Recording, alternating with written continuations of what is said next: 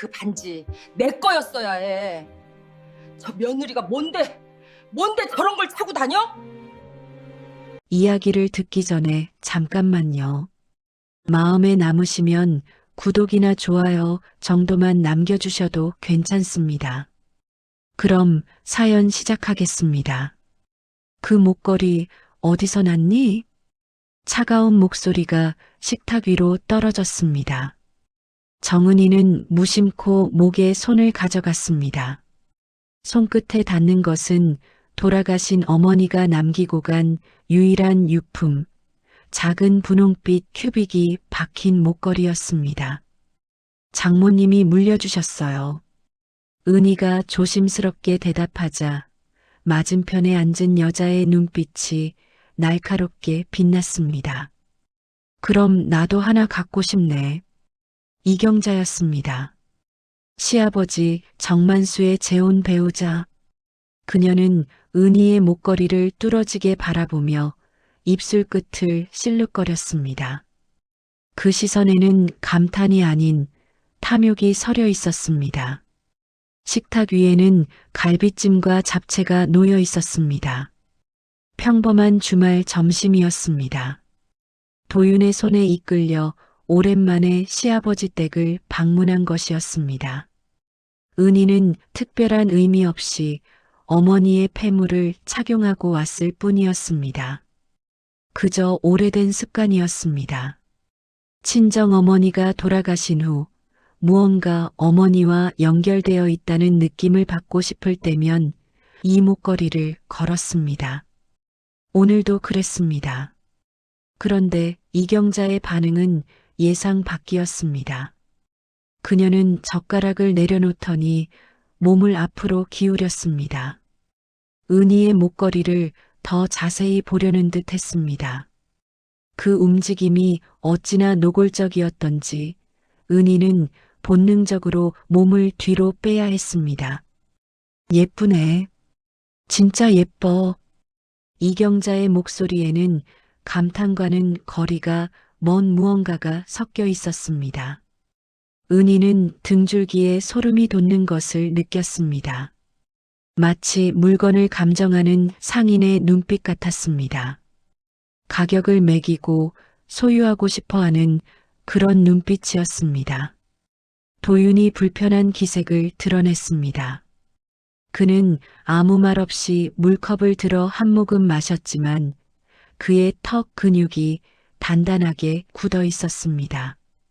은희는 남편의 그 미세한 변화를 놓치지 않았습니다. 도윤은 화가 나 있었습니다. 정만수는 아무런 말이 없었습니다. 그는 묵묵히 밥을 떠먹으며 아내와 며느리 사이에 흐르는 이상한 기류를 모른 척했습니다. 아니, 어쩌면 정말로 느끼지 못하는 것인지도 몰랐습니다. 재혼 후 그는 많이 변했습니다. 예전에 다정하고 세심했던 시아버지의 모습은 점점 희미해져 갔습니다. 식사는 어색하게 이어졌습니다. 이경자는 틈만 나면 은희의 목걸이를 훑어보았습니다. 반지도 귀걸이도 마찬가지였습니다. 은희가 착용한 모든 것들이 그녀의 감시 대상이 된 듯 했습니다. 그 반지도 장모님 거야? 이경자가 또다시 물었습니다. 은희는 고개를 끄덕였습니다. 대답하기가 싫었지만 침묵은 더 이상한 오해를 부를 것 같았습니다. 세트구나. 목걸이, 반지, 귀걸이까지 다 맞춰서 하고 다니네. 그녀의 말투에는 비아냥이 섞여 있었습니다. 마치 며느리가 과시하려고 일부러 그렇게 하고 왔다는 뉘앙스였습니다. 은희는 입술을 깨물었습니다. 변명하고 싶지 않았습니다. 변명할 이유도 없었습니다. 이것은 어머니의 유품이었습니다. 그 이상도 이하도 아니었습니다. 도윤이 숟가락을 내려놓았습니다. 다 먹었습니다. 저희 이만 가볼게요. 그의 목소리는 차가웠습니다. 평소와 달랐습니다. 정만수가 고개를 들어 아들을 바라보았지만 도윤은 눈도 마주치지 않았습니다. 은희는 서둘러 일어났습니다. 이 자리에서 하루빨리 벗어나고 싶었습니다. 현관에서 신발을 신는데 이경자가 뒤따라 나왔습니다. 다음에 올 땐 그 목걸이 나한테 빌려줘. 한 번만 껴보고 싶어서 그래. 은희는 대답하지 못했습니다. 고개만 살짝 숙이고 문을 나섰습니다. 도윤이 아내의 손을 잡아 끌었습니다.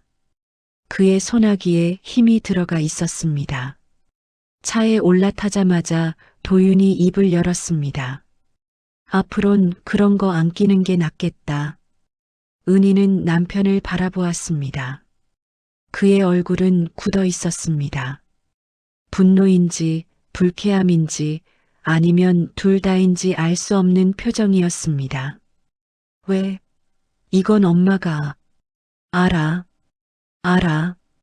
근데 저 사람 눈빛 못 봤어? 뭔가 일이 커질 것 같아. 도윤은 시동을 걸며 한숨을 내쉬었습니다.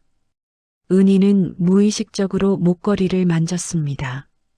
어머니가 생전에 늘 하고 다니시던 것이었습니다. 비싼 보석이 아니었습니다. 그저 작은 분홍 큐빅이 박힌 소박한 장신구였습니다. 하지만 은희에게는 세상 어떤 다이아몬드보다 소중한 것이었습니다. 차는 도로 위를 달렸습니다. 창밖으로 가로등 불빛이 스쳐 지나갔습니다. 은희는 창문에 비친 자신의 얼굴을 바라보았습니다.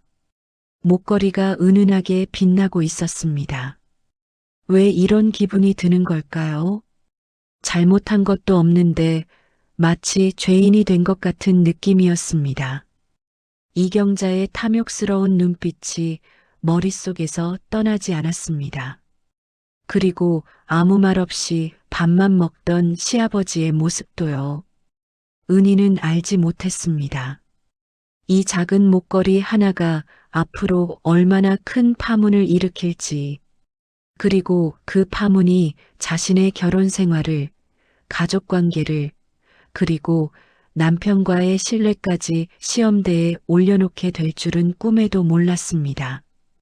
집에 도착할 때까지 두 사람은 한마디도 나누지 않았습니다. 침묵이 차 안가득 고여 있었습니다. 그 침묵 속에서 은희는 불길한 예감을 떨쳐낼 수가 없었습니다. 다음 날 저녁 도윤의 휴대폰이 울렸습니다. 화면에 아버지라는 글자가 떴습니다. 도윤은 잠시 망설이다 전화를 받았습니다. 은희는 부엌에서 설거지를 하고 있었지만 남편의 목소리에 귀를 기울이지 않을 수 없었습니다. 네, 아버지. 도윤의 목소리는 평소보다 딱딱했습니다. 어젯밤의 불쾌함이 아직 가시지 않은 듯 했습니다. 네, 그게 무슨 말씀이세요? 도윤의 어조가 갑자기 날카로워졌습니다. 은희는 수도꼭지를 잠그고 귀를 세웠습니다. 아니, 당연히 처가에서 받은 거죠. 장모님 유품이에요. 그걸 왜 제가 거짓말을. 도윤이 말끝을 흐렸습니다. 그의 얼굴이 점점 굳어갔습니다. 은희는 행주로 손을 닦으며 거실로 나왔습니다. 남편의 등이 보였습니다. 그 등이 긴장으로 뻣뻣하게 굳어 있었습니다. 아버지, 은희가 왜 그런 걸 속여요? 말이 돼요, 그게. 도윤의 목소리가 높아졌습니다. 은희는 심장이 쿵 내려앉는 것을 느꼈습니다. 무슨 이야기가 오가는 건지 정확히는 알 수 없었지만 좋지 않은 내용이라는 것만은 확실했습니다. 전화는 오래가지 않았습니다. 도윤이 전화를 끊고 돌아섰을 때 그의 표정은 어두웠습니다. 무슨 일이야? 은희가 조심스럽게 물었습니다. 도윤은 잠시 아내를 바라보다가 소파에 털썩 앉았습니다.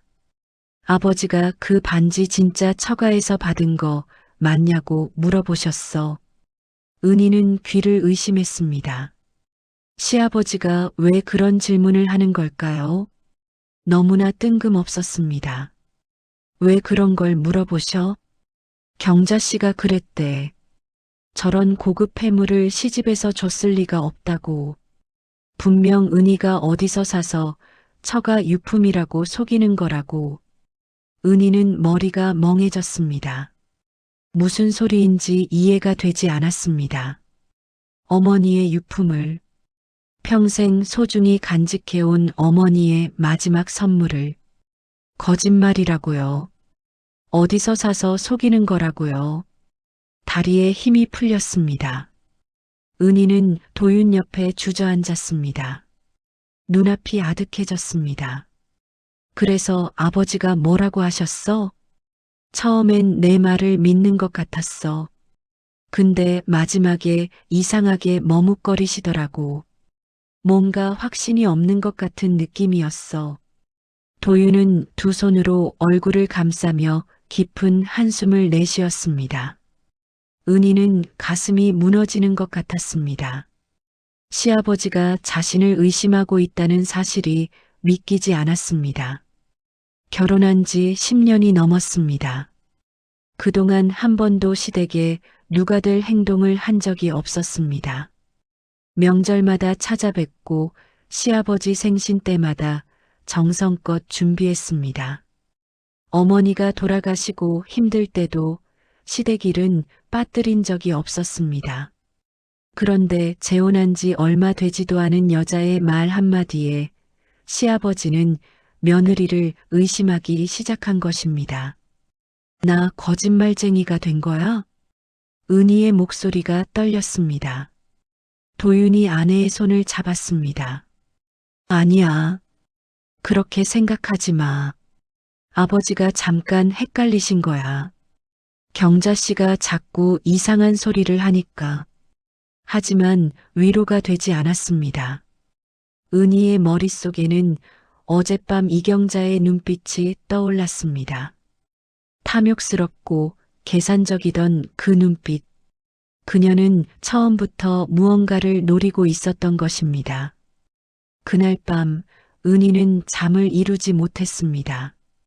천장을 바라보며 누워 있었지만 머릿속은 복잡하게 얽혀 있었습니다. 돌아가신 어머니의 얼굴이 떠올랐습니다. 어머니는 평생 검소하게 사셨습니다. 비싼 것을 좋아하지 않으셨습니다. 그 소박한 분홍 큐빅 세트도 결혼 50주년 때 아버지가 선물해 주신 것이었습니다. 어머니에게는 가장 소중한 보물이었습니다. 그리고 그 보물을 은희에게 물려주셨습니다. 돌아가시기 전날 밤 어머니는 은희의 손을 잡고 말씀하셨습니다. 이건 내 거야. 엄마가 내 아버지한테 받은 거야. 이제 내가 가져. 그 기억이 생생했습니다. 어머니의 따뜻한 손, 희미한 목소리, 그리고 그 눈에 맺힌 눈물까지. 그런데 그것을 거짓말이라고 합니다. 어디서 사서 속이는 거라고 합니다. 은희는 옆으로 돌아 누웠습니다. 도윤은 이미 잠들어 있었습니다. 그의 고른 숨소리가 들렸습니다. 은희는 조용히 일어나 거실로 나왔습니다. 창밖으로 달빛이 쏟아지고 있었습니다. 은희는 소파에 앉아 어둠 속을 바라보았습니다. 무언가 잘못 돌아가고 있었습니다. 자신이 모르는 대화가 자신이 모르는 곳에서 오가고 있었습니다. 그리고 그 대화의 중심에는 이경자가 있었습니다.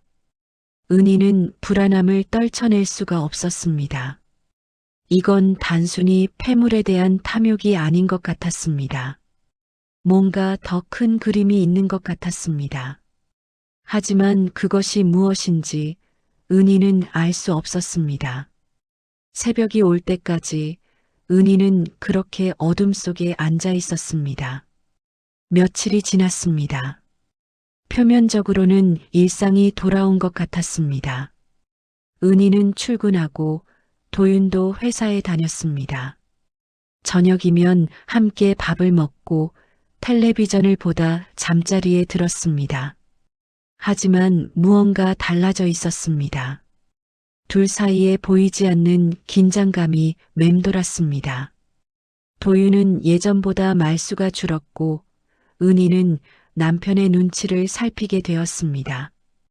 금요일 저녁이었습니다. 도윤이 퇴근하자마자 은희를 불렀습니다. 잠깐 앉아봐. 그의 표정이 심상치 않았습니다. 은희는 가슴이 철렁 내려앉으며 식탁에 마주 앉았습니다. 오늘 회사에서 아버지 친구분을 만났어. 도윤이 천천히 말을 꺼냈습니다. 김 부장님 아시지? 아버지랑 옛날부터 친하셨던 분. 은희는 고개를 끄덕였습니다. 시아버지의 오랜 친구분이셨습니다. 결혼식 때도 오셨었습니다. 그분이 나한테 그러시더라. 경자 씨가 아버지한테 똑같은 주얼리 사달라고 계속 조르고 있대. 은희는 눈을 깜빡였습니다. 예상 못한 말은 아니었습니다. 이경자의 그 탐욕스러운 눈빛을 생각하면 충분히 그럴 수 있었습니다. 근데 문제는 그게 아니야.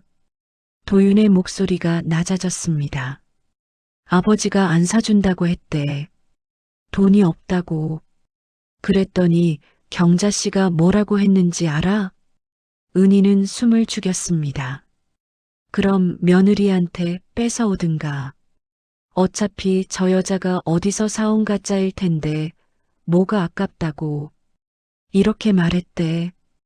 은희는 망치로 머리를 맞은 듯 했습니다. 눈앞이 아찔해졌습니다. 그리고 아버지가 그 말을 듣고도 아무 말 안 하셨대. 경자 씨 편을 들지는 않았지만 반박도 안 하셨다. 도윤의 주먹이 식탁 위에서 떨리고 있었습니다. 그의 눈에는 분노가 가득 차 있었습니다. 은희는 아무 말도 할 수가 없었습니다. 머릿속이 하얘졌습니다. 가짜라고요. 뺏어오라고요. 그리고 시아버지는 그 말을 듣고도 가만히 계셨다고요. 10년이었습니다. 10년 동안 며느리로서 최선을 다했습니다. 어머니가 돌아가셨을 때 장례식장에서 눈물 한 방울 제대로 흘리지 못하고 손님 접대를 했습니다. 시아버지가 아프셨을 때 밤새 병원에서 간호했습니다. 명절마다 제삿날마다 한 번도 빠지지 않았습니다. 그런데 재혼한 지 1년도 안 된 여자의 말 한마디에 그 모든 것이 무너지고 있었습니다. 내가 다 정리할 테니까. 도윤이 아내의 손을 잡았습니다. 그의 손에 힘이 들어가 있었습니다. 신경 쓰지 마. 내가 아버지한테 확실하게 말씀드릴게. 은희는 절대 그런 사람 아니라고. 경자 씨가 이상한 거라고. 은희는 남편을 바라보았습니다. 도윤의 눈에는 분노와 함께 무언가 결심한 듯한 빛이 있었습니다. 고마워. 그 말밖에 나오지 않았습니다. 목이 메어 더 이상 말을 잇기가 어려웠습니다. 도윤은 자리에서 일어났습니다. 그리고 잠시 망설이다 입을 열었습니다. 그리고 하나 더 있어.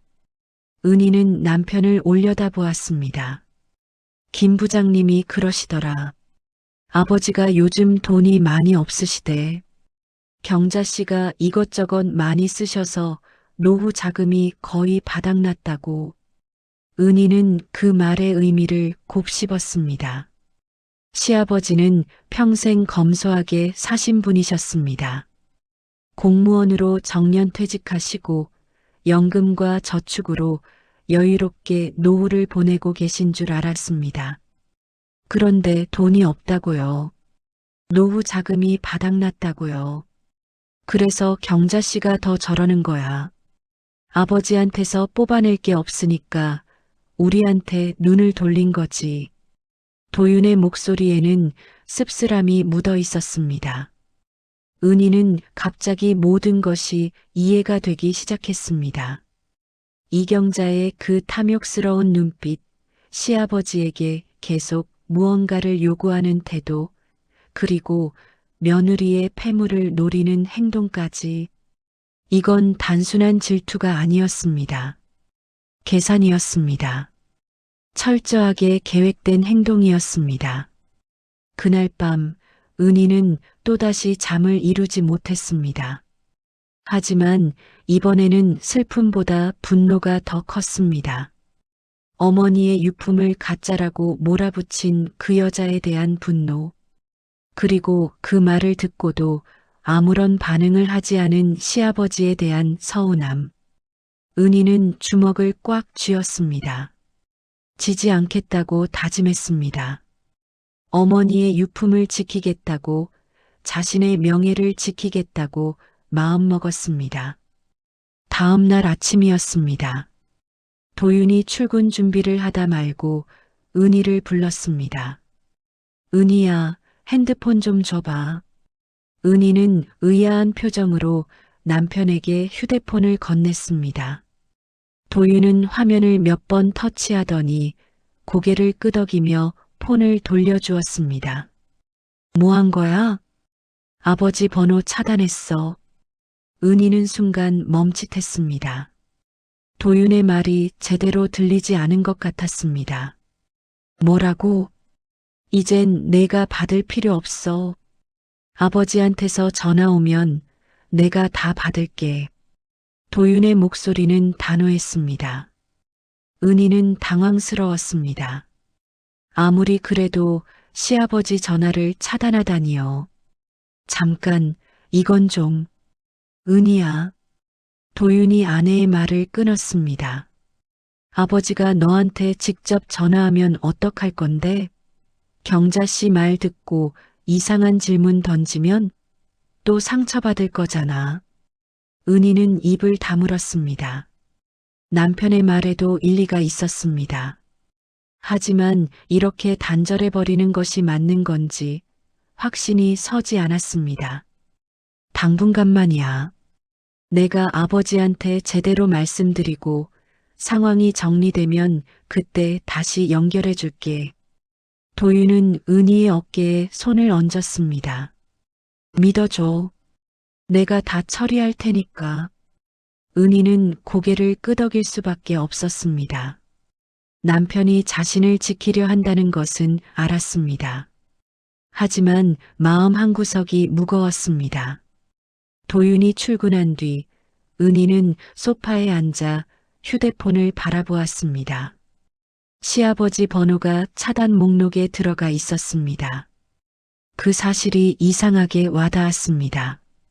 결혼한 지 10년 만에 처음이었습니다. 시아버지와 연락이 끊긴 것은요. 물론 직접 끊은 것은 아니었습니다. 도윤이 한 일이었습니다. 하지만 결과적으로는 마찬가지였습니다. 은희와 시아버지 사이에 벽이 생긴 것이었습니다. 오후가 되자 은희의 휴대폰에 문자가 도착했습니다. 낯선 번호였습니다. 은희야, 나 아버지야. 내 번호로 전화가 안 되더라. 시간 되면 연락 줘. 은희는 화면을 멍하니 바라보았습니다. 시아버지가 다른 번호로 문자를 보낸 것이었습니다. 손가락이 화면 위에서 머뭇거렸습니다. 답장을 해야 할까요? 아니면 도윤에게 먼저 말해야 할까요? 고민 끝에 은희는 문자를 삭제했습니다. 그리고 도윤에게 카카오톡을 보냈습니다. 아버지가 다른 번호로 문자 보내셨어. 전화가 안 된다고. 답장이 금방 왔습니다. 무시해. 내가 처리할게. 은희는 휴대폰을 내려놓았습니다. 가슴이 답답했습니다. 이게 맞는 걸까요? 이렇게 피해 다니는 것이 해결책일까요? 하지만 다른 방법이 떠오르지 않았습니다. 은희는 시아버지와 직접 대화할 자신이 없었습니다. 경자 씨의 말을 믿고 며느리를 의심한 그분과 무슨 말을 나눠야 할지 모르겠었습니다. 그날 밤 부부는 각자의 생각에 잠겨 뒤척였습니다. 같은 이불을 덮고 있었지만 마음은 서로 다른 곳에 있는 것 같았습니다. 도윤은 분노하고 있었습니다. 아버지에 대한 실망, 경자에 대한 분노, 그리고 아내를 지키지 못한 자신에 대한 자책이 뒤섞여 있었습니다. 은희는 혼란스러웠습니다. 시아버지에 대한 서운함, 남편의 격한 대응에 대한 불안, 그리고 앞으로 어떻게 될지 모른다는 두려움이 머릿속을 채우고 있었습니다. 새벽 3시쯤 은희가 조용히 일어나 화장실에 갔습니다. 거울에 비친 자신의 얼굴이 창백해 보였습니다. 이 상황이 언제까지 계속될까요? 그리고 어떻게 끝날까요? 은희는 스스로에게 물었지만 대답은 나오지 않았습니다. 주말이 찾아왔습니다. 평소 같으면 시댁에 가는 날이었습니다. 격주로 한 번씩 시아버지 댁에 들러 점심을 함께 하는 것이 오래된 습관이었습니다. 은희는 직접 반찬을 만들어 가기도 했고 때로는 맛있는 음식을 포장해 가기도 했습니다. 하지만 이번 주말은 달랐습니다. 토요일 아침 도윤이 먼저 말을 꺼냈습니다. 오늘 아버지 댁 안 가도 돼. 은희는 그 말을 예상하고 있었습니다. 하지만 막상 듣고 나니 마음이 복잡했습니다. 그래도 한 번도 안 간 적이 없는데 지금 가면 또 불편한 일 생길 거야. 상황이 정리될 때까지 기다리자. 도윤의 말에 은희는 고개를 끄덕였습니다. 맞는 말이었습니다. 지금 가봤자 이경자와 마주칠 테고 또다시 불쾌한 상황이 벌어질 것이 뻔했습니다. 부부는 집에 머물렀습니다. 도윤은 소파에 앉아 텔레비전을 켰고 은희는 밀린 빨래를 정리했습니다. 평범한 주말 아침처럼 보였지만 공기가 무거웠습니다. 점심때쯤 은희의 휴대폰에 카카오톡 알림이 울렸습니다. 이경자였습니다. 은희야, 오늘 왜 안 와? 시아버지가 기다리시네. 은희는 화면을 바라보았습니다. 손가락이 굳어 움직이지 않았습니다. 뭐야? 도윤이 다가와 화면을 들여다보았습니다. 그의 표정이 순식간에 굳어졌습니다. 무시해. 도윤이 짧게 말했습니다. 은희는 고개를 끄덕이고 휴대폰을 내려놓았습니다. 하지만 메시지는 계속 왔습니다. 바쁜 건 아는데 그래도 한 번씩은 와야지. 시아버지가 섭섭해하셔. 혹시 무슨 일 있어? 은희는 메시지를 읽기만 하고 답장하지 않았습니다. 도윤도 아무 말이 없었습니다. 오후가 되자 이번에는 시아버지에게서 연락이 왔습니다. 카카오톡이었습니다. 은희야, 오늘 안 오니? 집에 반찬 해놨는데. 은희의 마음이 흔들렸습니다. 시아버지의 문자에는 아무런 악의가 느껴지지 않았습니다. 그저 며느리가 안 와서 궁금해하는 평범한 어르신의 메시지였습니다. 그냥 갔으면 좋았을까? 은희가 무심코 혼잣말을 뱉었습니다. 그 순간 옆에 있던 도윤이 벌떡 일어났습니다. 뭐라고 했어? 도윤의 목소리가 높아졌습니다. 은희는 깜짝 놀랐습니다. 아니, 그냥 또 그 여자 편 들려고? 경자 씨가 뭘 했는데 내가 거기 가고 싶어 해? 도윤의 언성이 더 높아졌습니다. 은희는 당황했습니다. 그냥 시아버지가 걱정되어서 한 말이었는데 남편은 완전히 다르게 받아들인 것이었습니다. 그게 아니라 아버지가 걱정되어서. 아버지, 그 아버지가 뭘 했는데? 경자 씨 말 믿고 당신을 의심했잖아. 거짓말쟁이라고 몰아붙였잖아. 도윤의 눈이 붉게 충혈되어 있었습니다. 분노가 폭발하기 직전이었습니다. 은희는 입을 다물었습니다. 변명의 여지가 없었습니다. 남편의 말도 틀린 것은 아니었습니다. 시아버지는 분명 며느리를 의심했습니다. 이경자의 말을 곧이곧대로 듣고 은희에게 확인 전화까지 한 것이었습니다. 하지만 그래도 시아버지였습니다. 10년 동안 가족이라고 생각했던 분이었습니다.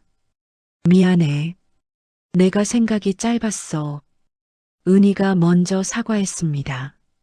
도윤은 잠시 아내를 바라보다가 한숨을 내쉬며 자리에 앉았습니다. 나도 미안해. 소리 질러서. 부부는 한동안 말없이 앉아 있었습니다.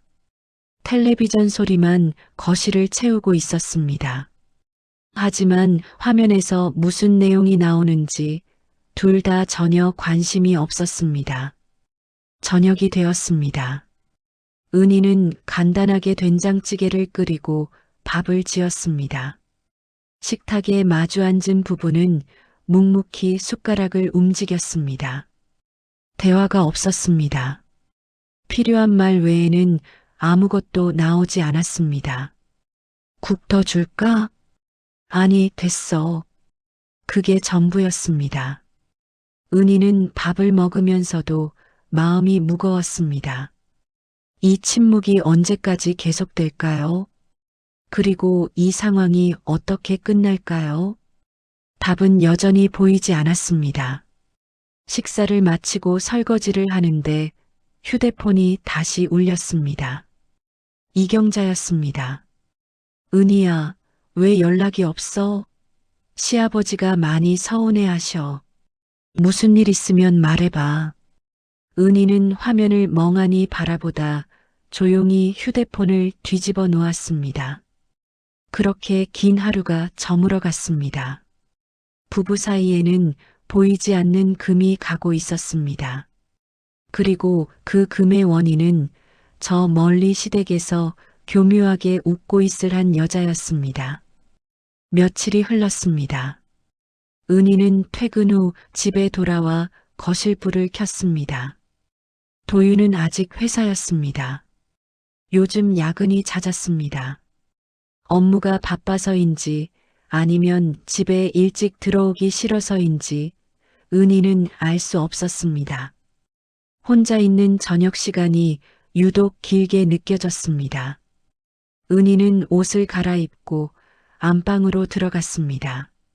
화장대 앞에 앉아 거울을 바라보다가 문득 서랍 안에 있는 것이 떠올랐습니다. 어머니의 폐물 상자였습니다. 조심스럽게 서랍을 열었습니다. 낡은 벨벳 상자가 보였습니다. 은희는 그것을 꺼내 무릎 위에 올려놓았습니다. 뚜껑을 열자 분홍빛 큐빅이 은은하게 빛났습니다. 목걸이, 반지, 귀걸이, 3가지가 나란히 놓여 있었습니다.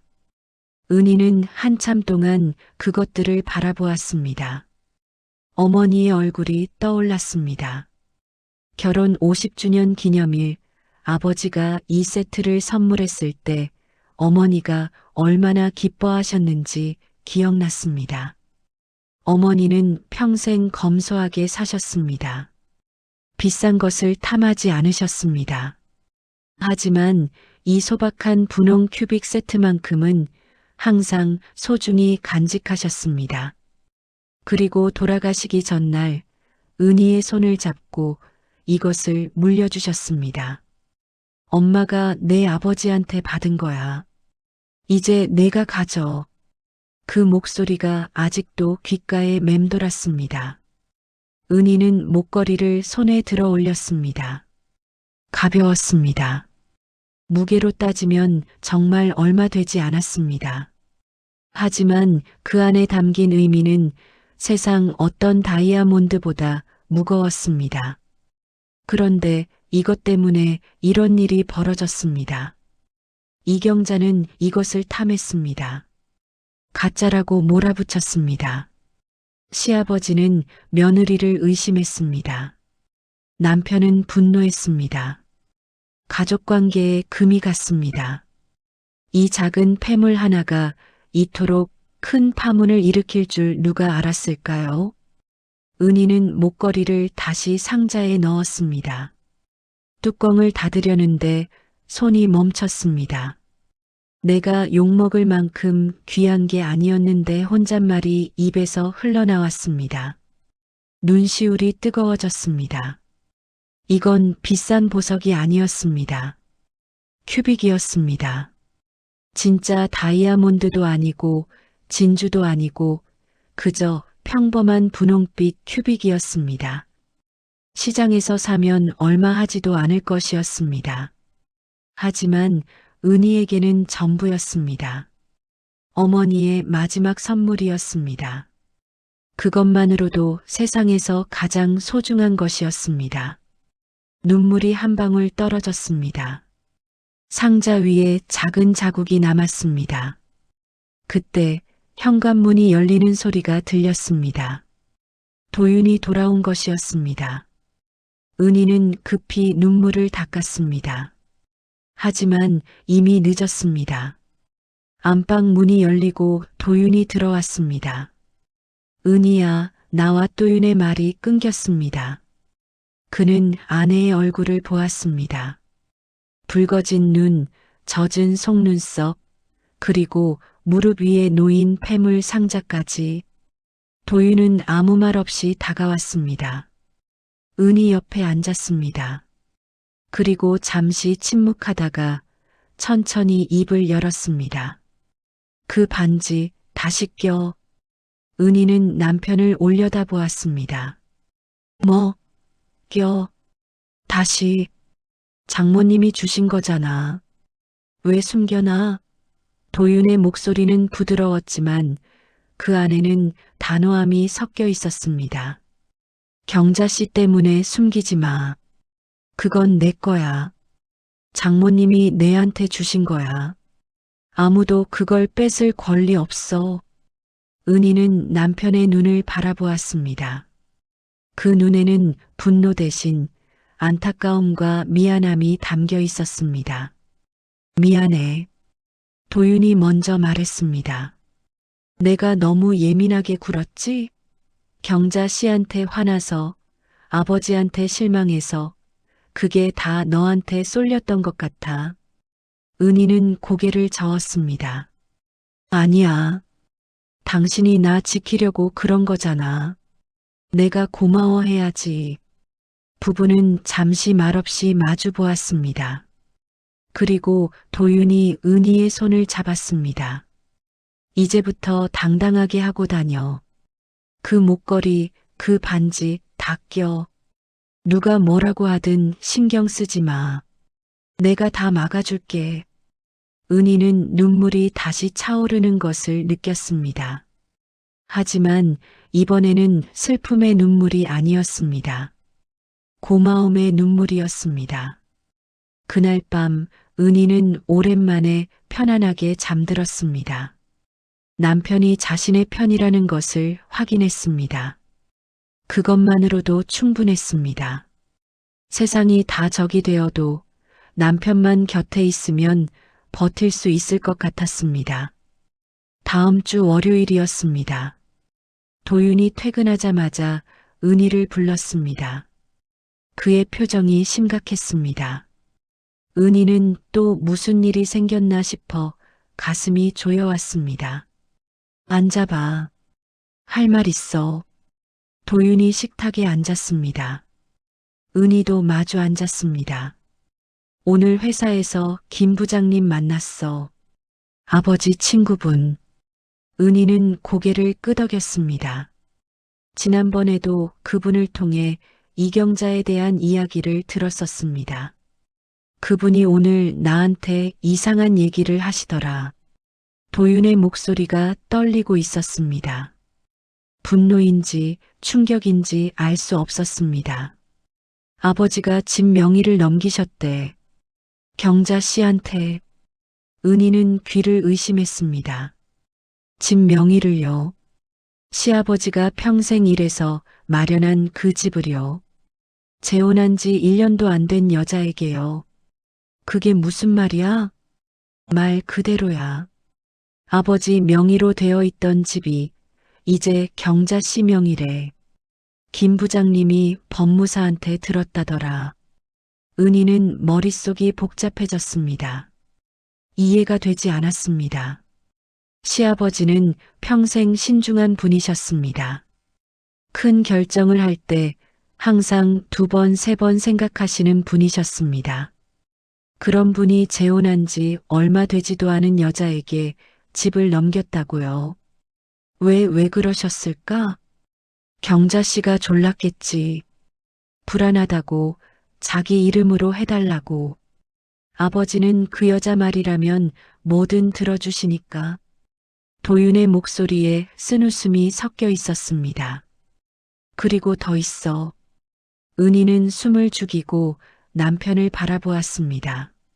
아버지, 그러고도 우리한테 손 벌리셨대. 김 부장님이 그러시더라. 정만수 씨가 요즘 돈 빌릴 데가 없나 찾아다닌다고. 은희는 충격을 받았습니다. 모든 것이 연결되기 시작했습니다. 시아버지는 노후 자금을 경자에게 다 쓰셨습니다. 집 명의까지 넘기셨습니다. 이제 남은 것이 없었습니다. 그래서 돈이 필요해진 것이었습니다. 그리고 경자는 더 이상 뽑아낼 것이 없자 눈을 돌린 것이었습니다. 며느리의 패물로요. 그래서 저러는 거야. 경자 씨가. 도윤이 주먹을 꽉 쥐었습니다. 아버지한테서 다 빼앗으니까 이제 우리한테 손을 뻗은 거야. 내 패물이 탐나는 거지. 가짜라고 몰아붙이면 아버지가 그걸 뺏어서 자기한테 줄 거라고 생각한 거야. 은희는 소름이 돋았습니다. 이경자의 계산이 이토록 치밀했던 것입니다.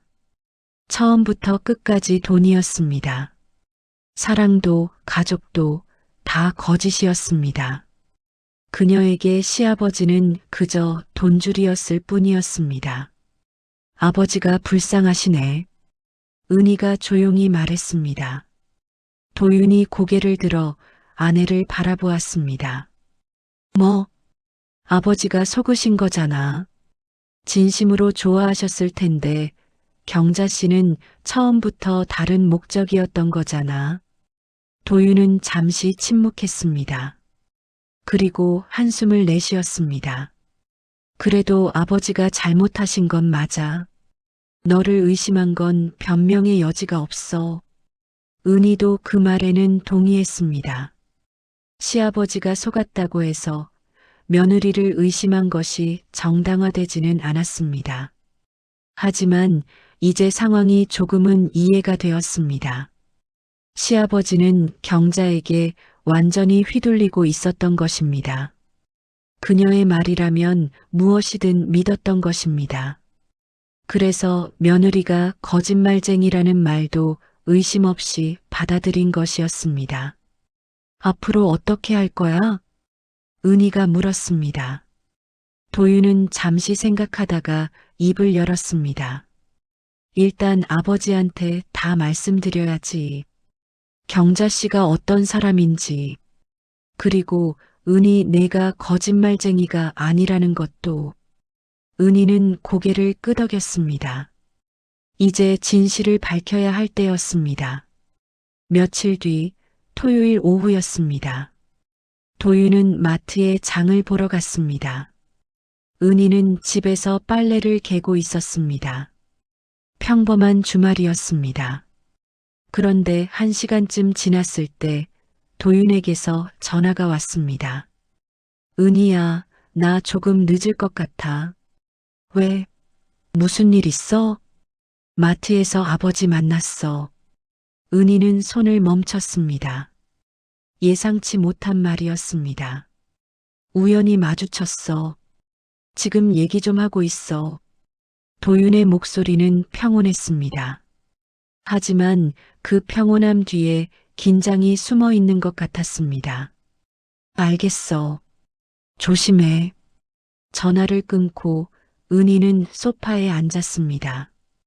가슴이 두근거렸습니다. 도윤과 시아버지가 무슨 이야기를 나누고 있을까요? 혹시 또 싸우는 것은 아닐까요? 1시간이 지났습니다. 2시간이 지났습니다. 해가 질 무렵에야 도윤이 집에 돌아왔습니다. 그의 표정은 지쳐 보였지만 어딘가 후련한 기색도 있었습니다. 어떻게 됐어? 은희가 조심스럽게 물었습니다. 도윤은 신발을 벗고 거실로 들어왔습니다. 다 말씀드렸어. 도윤이 소파에 앉으며 말했습니다. 경자 씨가 어떤 사람인지, 진명에 넘긴 것도, 그리고 은희 내가 거짓말쟁이가 아니라는 것도. 은희는 남편 옆에 앉았습니다. 아버지가 뭐라고 하셨어? 처음엔 안 믿으시더라. 경자가 그럴 리 없다고. 내가 오해하는 거라고. 도윤의 표정이 어두워졌습니다. 근데 내가 증거를 보여드렸어. 김 부장님한테 받은 등기부등본 사본. 진명희가 경자 씨로 넘어간 거 확인하셨어. 은희는 숨을 죽이고 들었습니다. 그랬더니 아버지 얼굴이 하얘지시더라. 아무 말씀도 못 하시더라고. 도윤이 한숨을 내쉬었습니다. 그리고 내가 마지막으로 말씀드렸어. 사람들 앞에서. 은희는 남편을 바라보았습니다. 뭐라고 했는데? 은희는 그런 사람 아닙니다. 아버지가 잘못하셨어요. 이렇게 말했어. 도윤의 목소리가 단단했습니다. 경자 씨 말 믿고 며느리를 의심한 거, 그건 아버지 잘못이라고. 은희는 10년 동안 한 번도 아버지한테 누가 된 적 없다고. 그런데 재혼한 지 1년도 안 된 여자 말 한마디에 그걸 다 의심한 거, 그건 너무하신 거라고. 은희는 눈시울이 뜨거워졌습니다. 아버지가 뭐라고 하셨어? 아무 말씀 안 하셨어. 그냥 고개만 떨구고 계셨어. 도윤이 은희의 손을 잡았습니다. 아버지도 이제 아셨을 거야. 자기가 얼마나 잘못했는지, 경자 씨한테 얼마나 속았는지. 은희는 고개를 끄덕였습니다. 시아버지가 진실을 알게 되었다는 것이 다행이었습니다. 하지만 동시에 마음이 무거웠습니다. 시아버지는 모든 것을 잃은 것이나 다름없었습니다. 집도, 돈도, 그리고 가족의 신뢰까지. 은희는 조용히 중얼거렸습니다. 아버지 많이 힘드시겠다. 도윤은 아무 말 없이 아내의 손을 꼭 잡았습니다. 며칠이 지났습니다. 은희는 일상으로 돌아가려 노력했습니다. 출근하고 퇴근하고 집안일을 하고 잠을 잤습니다. 하지만 마음 한구석에는 여전히 무거운 것이 있었습니다. 시아버지였습니다. 도윤에게 들은 이야기가 머릿속에서 떠나지 않았습니다. 마트에서 아무 말 없이 고개를 떨구고 있던 시아버지의 모습이 자꾸만 그려졌습니다. 분명히 화가 났었습니다. 서운했습니다. 10년 동안 며느리로서 최선을 다했는데 재혼한 여자의 말 한마디에 의심을 받았으니까요. 하지만 동시에 시아버지가 불쌍하기도 했습니다. 그분도 결국 속은 것이었으니까요. 밤늦은 시간이었습니다. 도윤은 이미 잠들어 있었습니다. 은희는 거실에 나와 물을 마시고 있었습니다. 그때 휴대폰이 울렸습니다. 화면을 보니 낯선 번호였습니다. 하지만 어딘가 익숙했습니다. 잠시 망설이다 전화를 받았습니다. 여보세요? 은희야. 시아버지의 목소리였습니다. 은희는 심장이 덜컥 내려앉았습니다. 아, 아버지. 이 시간에 전화해서 미안하다. 잠깐 할 말이 있어서. 시아버지의 목소리는 평소와 달랐습니다. 떨리고 있었습니다. 그리고 지쳐 있었습니다. 은희는 소파에 앉았습니다. 심호흡을 하고 귀를 기울였습니다. 미안하다. 시아버지가 먼저 말했습니다. 그날 일 내 실수였다. 경자 말만 듣고 너를 의심했어. 10년 동안 한 번도 그런 적 없는 애를 내가 왜 그랬을까? 시아버지의 목소리가 갈라졌습니다. 내 사람을 지키지 못했구나. 며느리를, 내 가족을 지켜줬어야 했는데. 은희는 아무 말도 할 수 없었습니다. 목이 메어 소리가 나오지 않았습니다. 도윤이가 다 말해줬어. 내가 얼마나 바보 같았는지. 경자한테 집도 넘기고 돈도 다 쓰고 그러면서 우리 며느리는 의심하고. 시아버지가 한숨을 내쉬었습니다. 늙으니까 눈도 귀도 어두워지더라. 진짜와 가짜를 구별하지 못했어. 진심으로 나를 아끼는 사람이 누군지, 이용하려는 사람이 누군지. 은희는 눈물이 흘러내리는 것을 느꼈습니다. 내가 잘못했다. 시아버지의 목소리가 더 낮아졌습니다. 용서해달라고 말할 자격도 없다. 근데 그래도 이 말만은 하고 싶었다. 미안하다고. 정말 미안하다고. 은희는 한참 동안 말없이 눈물을 흘렸습니다. 시아버지도 아무 말 없이 기다렸습니다. 오랜 침묵 끝에 은희가 입을 열었습니다. 알겠습니다, 아버지. 그 말이 전부였습니다. 용서한다고 말하지는 않았습니다. 괜찮다고 말하지도 않았습니다. 아직은 그럴 수 없었습니다. 하지만 들었다는 것, 시아버지의 사과를 받아들일 준비가 되어 있다는 것, 그 정도는 전할 수 있었습니다. 고맙다, 은희야. 시아버지의 목소리에 안도가 섞여 있었습니다. 늦었으니까 자거라.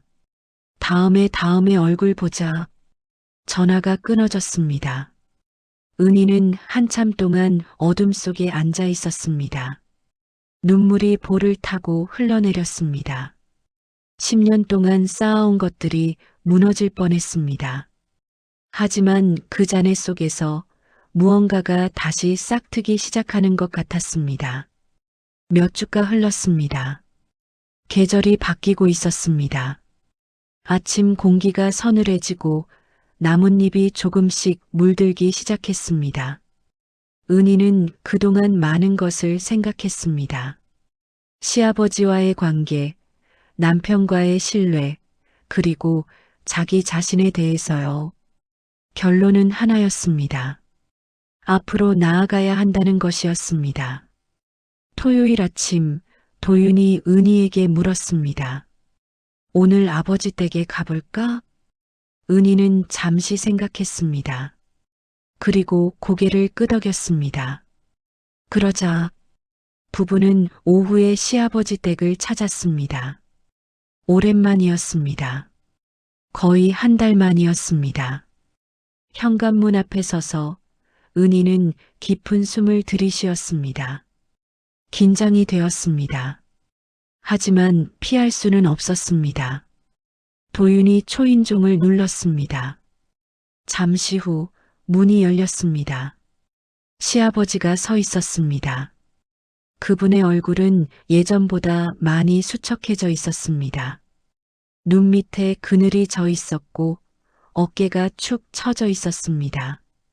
고작 한 달 사이에 10년은 늙으신 것 같았습니다. 왔니? 시아버지의 목소리도 힘이 없었습니다. 들어오렴. 부부는 집 안으로 들어갔습니다. 거실은 예전과 달랐습니다. 어딘가 휑했습니다. 이경자의 흔적이 사라져 있었습니다. 그녀의 화장품도 옷도 그녀가 좋아하던 장식품들도 보이지 않았습니다. 은희는 묻지 않았습니다. 굳이 물을 필요가 없었습니다. 시아버지가 차를 내왔습니다. 따뜻한 보리차였습니다. 세 사람은 거실 소파에 마주 앉았습니다. 한동안 침묵이 흘렀습니다. 어색했지만 불편하지는 않았습니다. 오히려 필요한 침묵 같았습니다. 시아버지가 먼저 입을 열었습니다. 경자는 같다.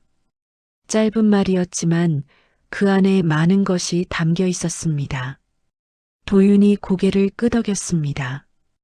은희도 아무 말 없이 차를 마셨습니다. 집은 어차피 내 이름이 아니니까. 팔든 말든 저 사람 마음이지. 시아버지의 목소리에 체념이 묻어 있었습니다. 근데 그게 중요한 게 아니야. 시아버지가 은희를 바라보았습니다. 그분의 눈에 눈물이 맺혀 있었습니다. 내가 지켜야 할 건 집이 아니었어. 가족이었어. 우리 도윤이, 그리고 은희 너. 은희는 시아버지의 눈을 마주 보았습니다.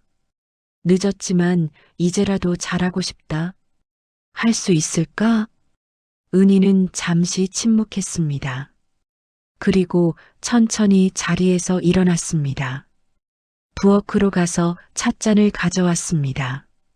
그리고 시아버지 앞에 앉아 차를 따라드렸습니다. 처음이었습니다. 이 집에서 며느리로서 시아버지께 차를 따라드리는 것은요. 예전에는 늘 이경자가 그 자리를 차지하고 있었습니다. 시아버지가 찻잔을 받아들었습니다. 손이 떨리고 있었습니다. 그리고 그분의 시선이 은희의 손으로 향했습니다. 은희의 손가락에는 분홍빛 큐빅 반지가 빛나고 있었습니다. 목에는 같은 세트의 목걸이가 걸려 있었습니다. 시아버지는 그것을 한참 바라보았습니다. 예전에는 탐욕의 대상이었던 그 폐물이 이제는 다른 의미로 다가왔습니다. 며느리가 친정 어머니에게 물려받은 소중한 유품, 가짜가 아니라 진짜, 돈으로 살 수 없는 것, 사랑으로만 전해지는 것. 시아버지가 천천히 고개를 끄덕였습니다. 그 고개짓에는 많은 것이 담겨 있었습니다. 미안함, 부끄러움, 그리고 새로운 시작에 대한 희망까지. 은희는 조용히 미소 지었습니다. 눈가에 눈물이 맺혀 있었지만 입술은 웃고 있었습니다. 창밖으로 오후 햇살이 쏟아져 들어왔습니다. 거실이 따뜻한 빛으로 물들었습니다. 식탁 위에는 3개의 찻잔이 놓여 있었습니다. 김이 모락모락 피어오르고 있었습니다. 무너졌던 것들이 다시 세워지기 시작했습니다. 천천히, 조금씩 하지만 분명하게요. 이것이 끝이 아니었습니다. 새로운 시작이었습니다.